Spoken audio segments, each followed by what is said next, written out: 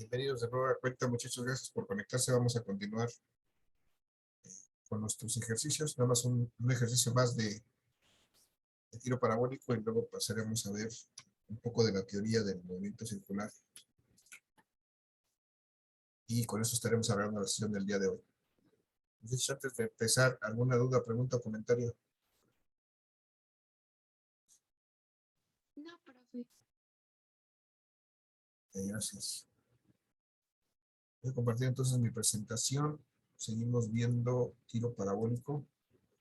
Y antes de ir a la pausa, les hacía el comentario de que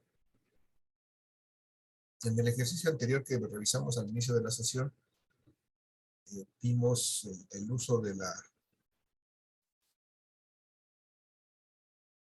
las fórmulas del rectilíneo uniforme y del tiro vertical para poderlo resolver. Pero el punto fue que ese ejercicio me hablaba de esa parte del problema, al menos esa parte del problema me hablaba de una posición intermedia en este tiro vertical. Este tiempo de 6 segundos corresponde a una posición que no es la máxima, no corresponde con los máximos de este movimiento de tiro parabólico. Es decir, por ejemplo, no corresponde a la altura máxima ni a la distancia máxima, sino que es un punto intermedio aquí donde han pasado 6 segundos. Por esa razón tuvimos que descomponer el movimiento y utilizar las fórmulas del movimiento rectilíneo uniforme para calcular en el sentido horizontal y las fórmulas del tiro libre, perdón, del tiro vertical para calcular las condiciones en forma horizontal y en forma vertical. Pero en cualquier otra condición, muchachos, si nosotros queremos saber las cosas que ocurren en este movimiento parabólico, en los puntos extremos en donde sí existen ecuaciones para eso, entonces, pues ya no hay necesidad de complicarnos con esto que hicimos en el ejercicio anterior. Entonces, por ahí me decían hace ratito que hay que calcular la distancia de este tiempo, a lo mejor la velocidad entre la distancia o alguna situación por ahí.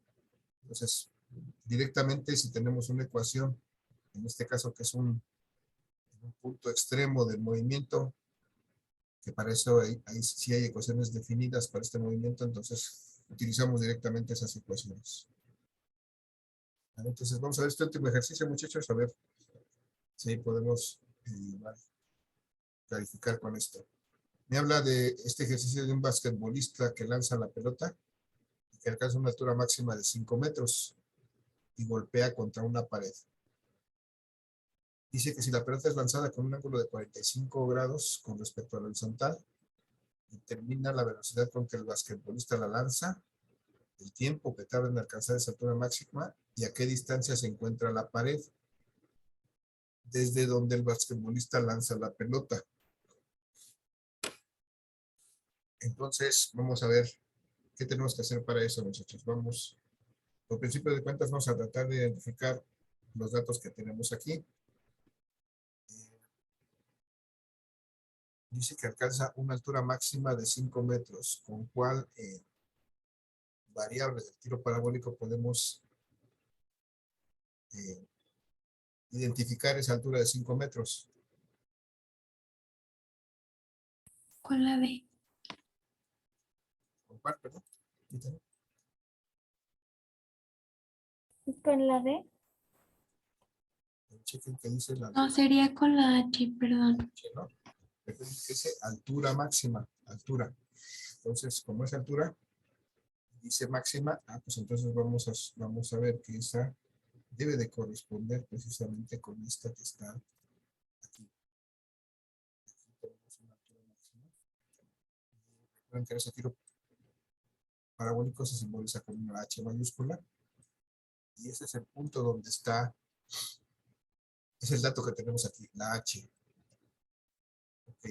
Y luego me dice, la pelota lanzada con un ángulo de 45 grados con respecto al horizontal, pues lo que me está diciendo aquí es el ángulo, este es el ángulo teta de la velocidad inicial. Y me pide que determinemos la velocidad con que el basquetbolista la lanza. Pues esto debe ser la velocidad inicial en este caso de la pelota. El tiempo que tarda en alcanzar la altura máxima. ¿Cuál es ese tiempo, muchachos? ¿Cómo se llama? Tiempo de subida. Tiempo de subida, que aquí en este simplemente lo simbolizamos como el tiempo T. Este movimiento parabólico. ¿A qué distancia se encuentra la pared desde donde el basquetbolista lanza la pelota? Aquí hay que tomar en cuenta que me dice que cuando alcanza esta altura de 5 metros, golpea contra una pared. Entonces, aquí necesitamos ubicar la pared en el, exactamente en el punto donde alcanza la altura máxima. Aquí está una pared.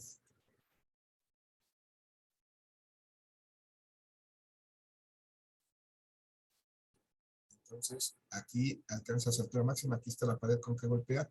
Y entonces lo que me pide a qué distancia se encuentra la pared desde donde el basquetbolista lanza la pelota. Entonces, lo que me piden es esta distancia. Distancia, no sé, lo voy a poner aquí, distancia de la pared. Y bueno, me piden además que calculemos la velocidad inicial, sabiendo que esta velocidad inicial tiene un ángulo de 45 grados. Es el ángulo que me da como dato. Es la razón por que se lanza la pelota de básquetbol. Bien, ya tenemos ahí todos los datos, muchachos.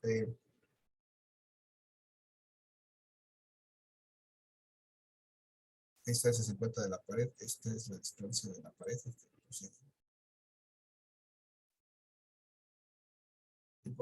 Ya.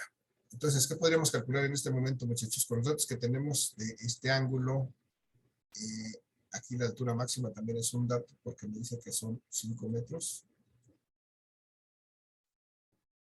Entonces, ¿qué podríamos hacer para determinar lo que necesitamos? Ya sea la velocidad inicial o la distancia.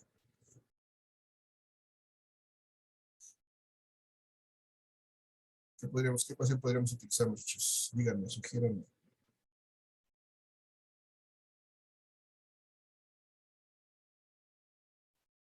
Primero sería sacarlo de la velocidad inicial.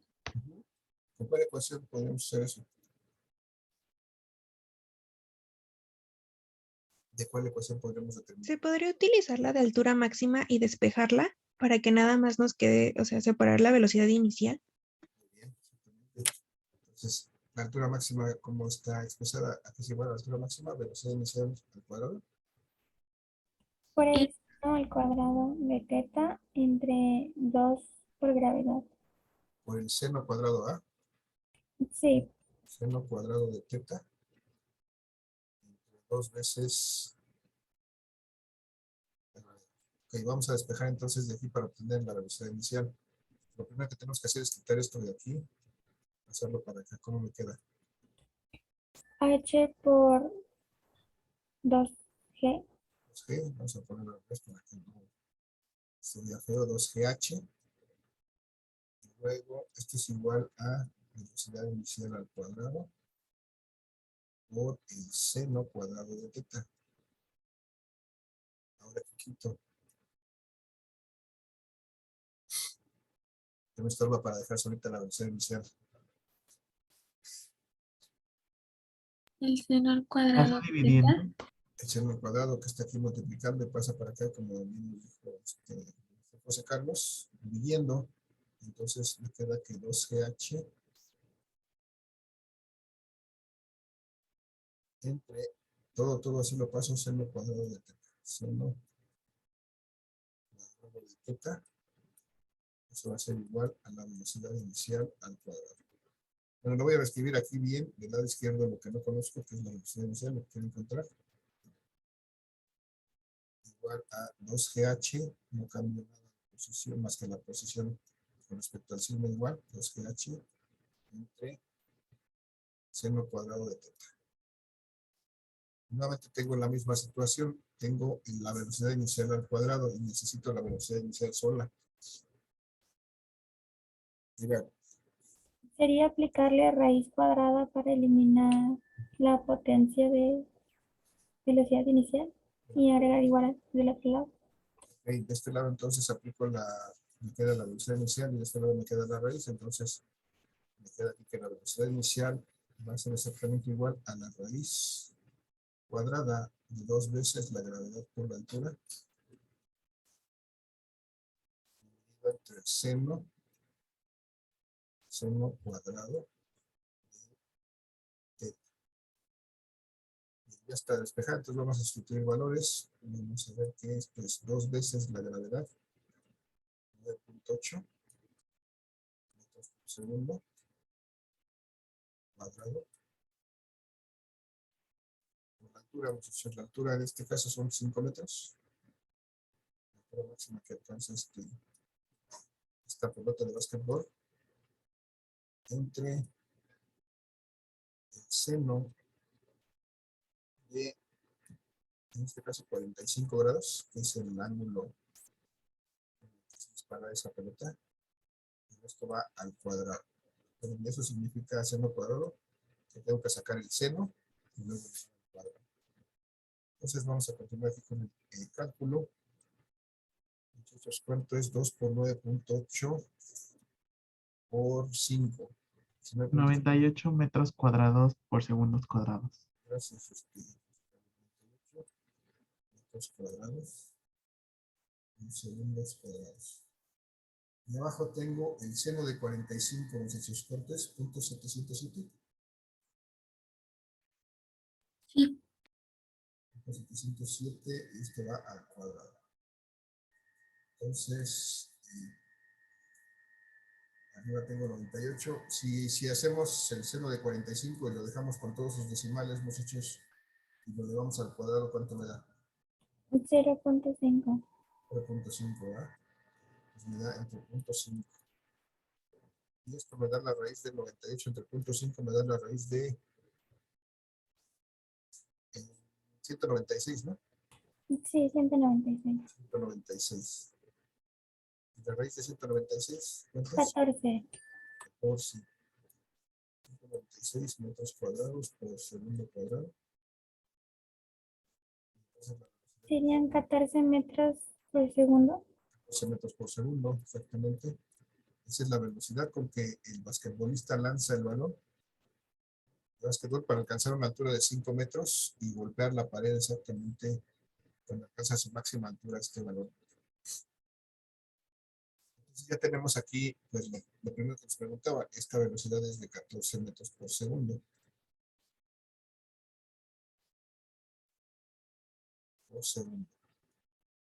Y ahora necesitaríamos saber, muchachos, esta distancia a donde está la pared. Y recuerden, la referencia que tenemos es que esta altura, bueno, esta pared está exactamente cuando la pelota alcanza su máxima altura. ¿Qué podríamos calcular en este momento para poder determinar algo que nos ayude a determinar esa distancia?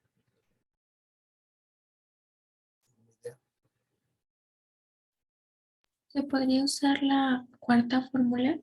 Cuarta fórmula que esa se refiere a la distancia, ¿no? Pero es Distancia. el alcance máximo. Esta tendría que ser esta. Y luego, ¿qué hacemos con eso? Porque este es el alcance máximo. Ya necesitamos esta distancia a la pelota. Puede ser, está bien la idea, pero ¿qué? Bueno, Después de que obtengamos el resultado, sería dividirlo entre 2. ajá, pudiera ser, sí. Vamos a ver, ¿cómo calculamos esta distancia, este alcance máximo? Es velocidad inicial al cuadrado, ¿no? Sí, por el seno del doble del ángulo entre gravedad. Seno del doble del ángulo entre gravedad. ¿Okay? Vamos a sustituir los valores. La inicial al cuadrado en este caso son de 14 metros por segundo, que es la que calculamos ahorita. 14 metros por segundo. Elevamos al cuadrado por el seno del doble del ángulo de 2 por, en este caso, 45 grados. Y dividido entre 9.8 metros por segundo cuadrado. Entonces la distancia va a ser igual a 14 por 14 es el cuadrado, 196. 196 metros cuadrados, segundos cuadrados. Por el seno de 2 por 45, ¿cuánto es 2 por 45? Son 90. El seno de 90 grados Es 1. es 1. 9.8. Entonces, 196 por 1, pues son 196 entre 9.8. ¿Cuánto me da eso? 20. 20. ¿20? Sí, ¿20 qué? 20 metros, ¿no? sí, 20 metros. Claro, estos metros, estos segundos cuadrados, me quedan solamente metros, 20 metros. ¿Ok? Y bueno, entonces ese es el alcance máximo. Si no hubiera la pared, este balón seguiría viajando hasta alcanzar 20 metros en dirección horizontal. Pero como está la pared, exactamente cuando alcanzó la altura máxima, y sabemos que eso es pues, prácticamente a la mitad del recorrido, efectivamente, como nos decían hace rato, esta distancia podríamos calcularla dividiendo el rango, el alcance máximo, entre 2 simplemente. Sería 10, ¿no? Metros entre 2. Entonces aquí 10 metros. 10 metros. Entonces la pared está colocada a 10 metros de distancia de donde el basquetbolista lanza la pelota con esa velocidad, con esa inclinación. Y la pelota golpea cuando se tiene su altura máxima. En cualquier otro punto, muchachos, si no hubiera coincidido con eso, tendríamos que hacer otra cosa. Tendríamos que determinar, por ejemplo, la velocidad, la componente de velocidad en X y a lo mejor tener algún tiempo adicional para poder calcular esta distancia. Pero en este caso, pues sí, efectivamente, coincide con con que es exactamente a la mitad del movimiento. Bien, entonces, pues ya, con eso estamos terminando con este tema de tiro parabólico, muchachos. ¿Dudas, preguntas, comentarios? Profe, ¿no hace falta el tiempo? Ah, sí, perdón, nos pide calcular el tiempo de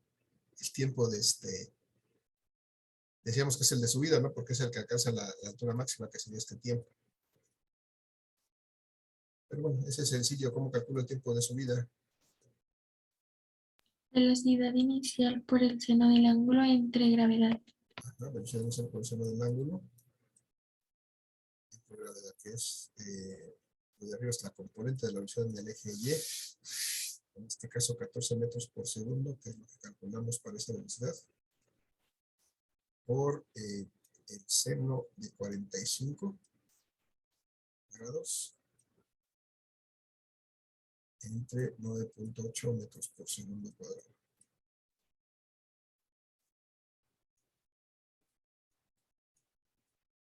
Muchachos, el seno de 45 es 0.707, ¿no? Sí, profe. Por 14, ¿cuánto me da?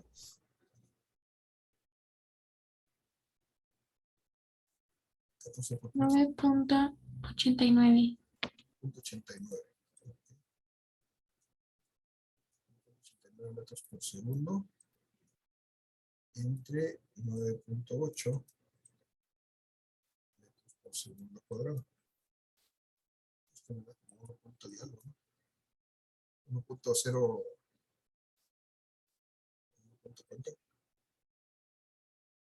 9.89 entre 9.8, muchachos. 1.009. 1.009. Un poquito más de un segundo. Metros, segundos con el cuadrado. 1.009 segundos. Un segundo, un minuto, perdón, un segundo y 9 milésimas de segundo. Es lo que tarda en viajar el balón para que golpear esa pared a 5 metros de altura. Eso así ya está completo, muchachos. Es el dato que nos faltaba, el tiempo, ya está, la distancia y la velocidad inicial. Ahora sí, muchachos, dudas, preguntas, comentarios. No, profe. ¿No? Bueno, pues entonces, hasta aquí, muchachos, los ejercicios del tiro parabólico. Si no hay más dudas o preguntas, vamos a pasar rápidamente los minutitos que nos quedan de esta sesión a revisar un poquito los conceptos del movimiento circular. Y pues les voy a compartir, creo que voy a avanzar un poquito más con el otro grupo, les voy a compartir lo que vea con ellos de este movimiento circular. Ya como último tema, esto ya no lo vamos a incluir en el examen como problemas. Es interesante y es importante que lo conozcan, porque lo vamos a tener que aplicar más adelante en las físicas 2, 3 y 4. Es muy probable que tengamos que hacer uso de este movimiento circular, muchachos. También se llama movimiento de rotación y hay varios tipos. Igual que en el rectilíneo hay un movimiento que se llama circular uniforme, que de manera similar al rectilíneo se caracteriza por tener una velocidad constante. Aquí está abajo simbolizado eso. Este movimiento circular uniforme también se va a simbolizar de manera similar al rectilíneo uniforme de esta forma. Tiene esta característica, tiene una velocidad constante. Nada más que ahora la trayectoria de este movimiento pues es un círculo. Si nosotros dibujamos los puntos que ocupa el móvil o lo que se esté moviendo, vamos a ver que forma un círculo. Por eso de ahí viene el hecho de que este movimiento se llame circular. Las trayectorias son círculos. La velocidad es constante en este circular uniforme. Si vemos, también sigue siendo un vector, pero este vector está cambiando de dirección constantemente, pero de magnitud siempre es igual. Siempre la velocidad va a ser tangente al punto donde esté siendo considerada, pero en magnitud va a ser la misma. Y bueno, aquí también ya vamos a entrar con que los desplazamientos aquí ya no se dan en distancias, sino en ángulos de manera general. Los desplazamientos en el movimiento circular. Y en este caso el uniforme se caracteriza por esa velocidad constante. Pero también tenemos, como en el caso del otro movimiento rectilíneo, tenemos un circular uniformemente acelerado. Es movimiento circular. Aquí le llamamos, igual que en el rectilíneo, uniformemente variado. Y el variado significa que está acelerado. Y entonces vemos que la característica de este movimiento nuevamente es, la trayectoria es circular, por eso forma un círculo, por eso se llama circular. Y la velocidad está cambiando. Si se dan cuenta aquí, esta nos representa una velocidad pequeñita al inicio. Y después nos presenta una segunda velocidad más grande. Luego una tercera velocidad más grande. ¿Qué tan más grande? Pues aquí en el caso de la segunda, el doble. En el caso de la tercera, el triple. Y así sucesivamente, a medida que va pasando el tiempo, va aumentando progresivamente la velocidad y además de manera uniforme. Por eso se llama circular uniformemente variado. Y eso es en general. Tenemos también, más adelante ya no está aquí descrito, pero tenemos un movimiento armónico simple, que es también muy utilizado en los cursos siguientes de física. Y bueno, en ese momento tendrán que repasarlos. Vamos a ver entonces, esto que tenemos aquí en la imagen de la izquierda, muchachos, es un par de poleas. Uno de ellas tiene una manivela que se puede manipular. Y están unidas por una banda, una correa de transmisión, dice esto. Y lo que hace esta banda es transmitir el movimiento circular de una polea a la otra.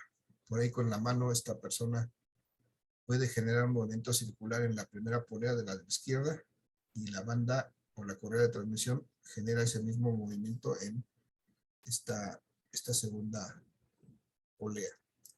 Si nosotros fijáramos un punto, muchachos, en esta polea, y luego dibujáramos la posición que tiene en cada instante, veríamos que después de un cierto tiempo Entonces este punto va a volver a pasar por este lugar de inicio. Si marcáramos un punto en cada lugar que ocupó durante ese tiempo, pues veríamos que se forma un círculo, una trayectoria circular, y de ahí su nombre de este movimiento, que es un movimiento circular. Y bueno, aquí de este lado tenemos la definición en esta lámina, la definición de este movimiento circular.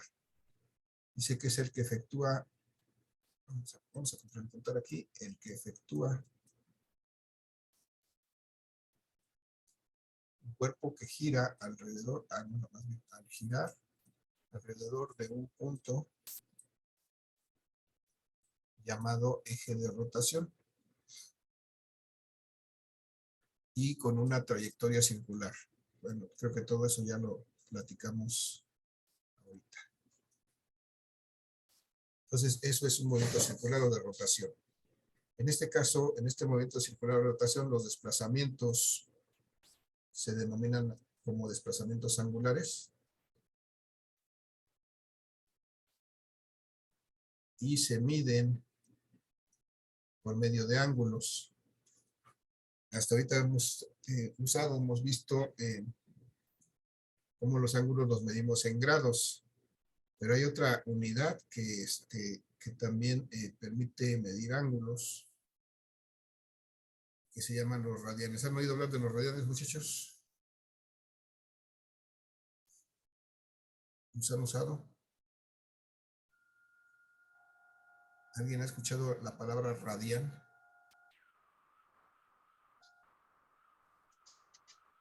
Sí, profe. ¿Sí? Sí. Bueno, en lo sucesivo en física, pues es posible que utilicemos mucho los radianes de manera similar o de manera paralela a los grados. Aquí en los grados, pues creo que ya es algo común, pero también tenemos que manejar comúnmente radianes. Los grados corresponden a un sistema de medida de ángulos que se llama sistema sexagesimal, y los radianes corresponden a un sistema de medida de ángulos que se llama sistema circular. Pero bueno, con un ángulo lo podemos medir con cualquiera de las dos unidades, con grados o con radianes. Y ahorita vamos a ver precisamente qué es este concepto del radian. Aquí está. Entonces tenemos esta figurita de la izquierda, muchachos, es un círculo, una circunferencia, válgame, que tiene un radio R. Radio R.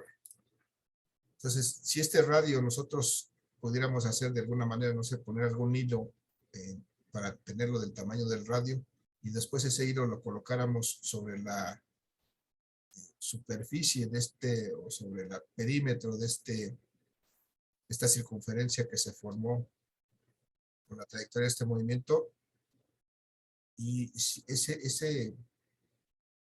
esta sección del círculo, o este ángulo que se abre en el círculo, cuando nosotros colocamos esta medida del radio sobre la circunferencia sobre el borde de la circunferencia, entonces eso precisamente es un radian.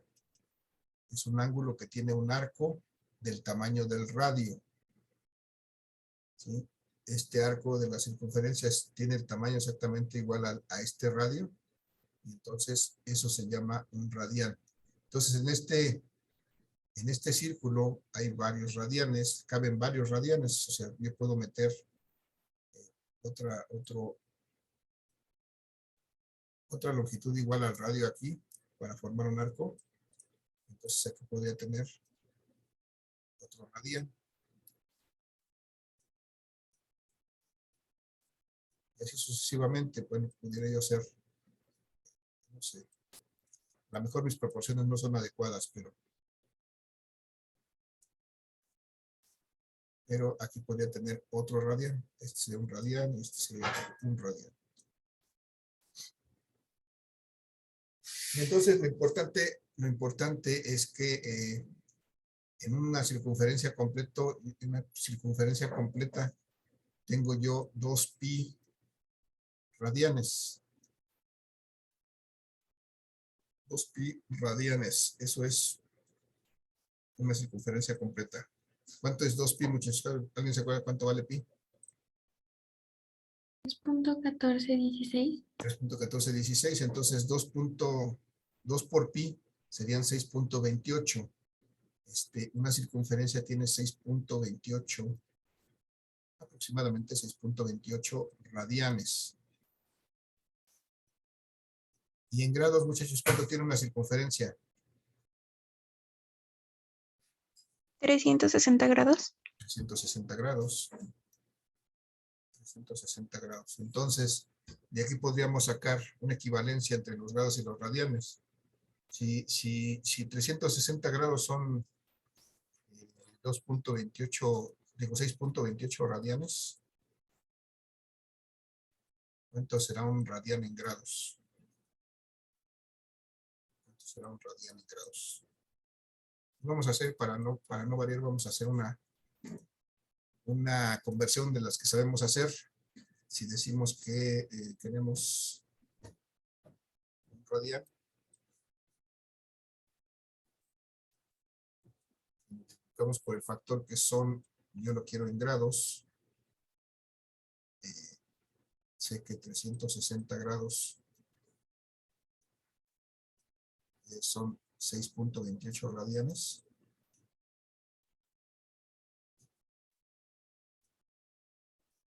¿Cuánto me daría eso, muchachos? 1 por 360 entre 6.28. 57.32. 57.32. En general, muchachos, vamos a considerar esto, 57.3 grados. Eso es un radian. Un arco que tiene un tamaño de 57.3 grados, de tal manera que en una circunferencia caben 2 pi radianes,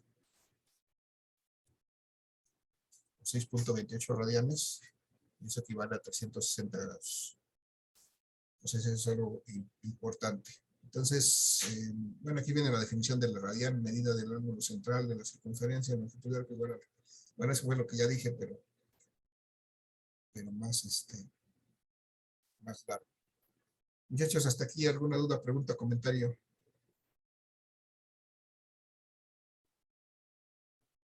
¿No? No, profe. Ok, gracias. Y bueno, en este movimiento circular, muchachos, podemos distinguir algunas características importantes como la velocidad angular, igual que como determinamos en cualquier otro de los movimientos una velocidad, que en este caso no era angular, sino era lineal. Aquí la velocidad se va a denominar angular porque lo que se van a estar recorriendo son ángulos, en lugar de distancias, ángulos. Y esta velocidad angular, desde luego, está definida como la variación del desplazamiento angular, experimento móvil, en la unidad de tiempo. La variación del desplazamiento angular, o sea, el cambio de la posición de este móvil en grados, en unidad de tiempo. Entonces, no sé. Aquí en las imágenes tenemos las imágenes de ese rato. Entonces, aquí tenemos una posición inicial. Por ejemplo, aquí está a 0 grados. Aquí está colocado mi objeto. Y después de un cierto tiempo que empieza a moverse en un movimiento circular en esta dirección, por ejemplo, está aquí. Vamos a suponer que aquí ahora tiene, no sé, 30 grados. Ha recorrido 30 grados en este tiempo. Vamos a poner un lapso de un tiempo de un segundo, recorrió 30 grados. Y después de otro segundo, está aquí y ha recorrido 60 grados. Y entonces de aquí a acá pasó otro segundo más. Y entonces podemos determinar la velocidad angular, y esta velocidad angular la vamos a nombrar con una letra griega que se llama omega, y sus unidades son los radianes por segundo, los grados por segundo, las revoluciones por segundo, o las revoluciones por minuto, que a lo mejor ustedes han oído por ahí. Entonces, bueno, rápidamente, ¿cómo defino la velocidad angular? Es la variación del desplazamiento angular. Por ejemplo, si tomo este instante, este segundo instante de 60 segundos, la variación del desplazamiento angular entre la variación del tiempo. desplazamiento angular, muchachos, la variación es la cantidad final. Recuerden que es la cantidad final, 60 grados. Estoy haciendo este punto contra este punto. Esta es mi posición final, esta va a ser mi posición inicial. Entonces son 60 grados menos 30 grados para que me dé la variación del desplazamiento entre la variación del tiempo. Aquí hay 2 segundos que han transcurrido. Aquí solamente había transcurrido 1 segundo. Entonces tengo 2 segundos menos 1 segundo. Entonces tengo que esta velocidad angular va a ser 60 menos 30, 30 grados. ¿Entre qué tiempo? 2 menos 1, 1 segundo. Esto me da 30 grados por segundo. Es mi velocidad angular expresada en grados por segundo. Si quisiera expresarla en radianes, pues tendría que convertir estos grados a radianes y podría expresarlo en radianes por segundo. Y revoluciones, pues son vueltas completas. Habría que ver qué tanto corresponde estos 30 grados a una revolución. Y así sucesivamente. Pero bueno, creo que no nos va a dar tiempo además. Les voy a compartir, muchachos, si avanzo un poquito más con el otro grupo, les voy a compartir esta clase con ellos. Y voy a revisar si tengo alguna más antigua, se las propongo donde tenga explicado este tema. Hasta el momento vamos a dejar por el día de hoy esta sesión aquí, muchachos. Hay unos ejercicios propuestos. Regálenme sus participaciones en el chat, por favor. Nos queda un minutito de la sesión. Y estoy al pendiente de sus dudas, muchachos, durante el fin de semana. Nos vemos el día martes para ver si hay dudas con respecto previas al examen, y el miércoles estaremos aplicando el examen, muchachos, ya para cerrar el curso. ¿Alguna duda, muchachos? ¿Pregunta, comentario? No, ninguna, creo. Ok, gracias. Tengo por ahí una actividad pendiente de la tutoría, muchachos. Les voy a publicar ahí en Classroom. Por favor, si me ayudan a responderla. Ahí se las platico. Gracias, que tengan excelente día, muchachos. Cuídense mucho, nos vemos. Igualmente, hasta luego. Gracias, profesor. Hasta luego. Buen Hasta día. luego. Buen día.